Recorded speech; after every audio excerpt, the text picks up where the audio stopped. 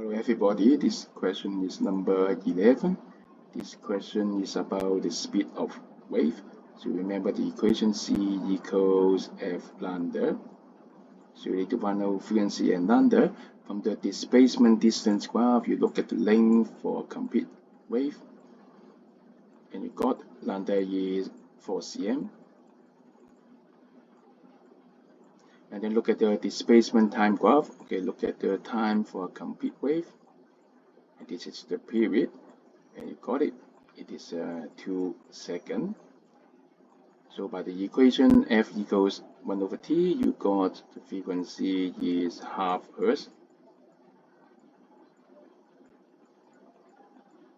Substitute them into the equation C equals F lambda. So 0.5 times 4. So it is 2. Copy the unit down, cm per second.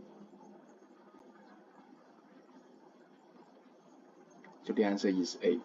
Thank you.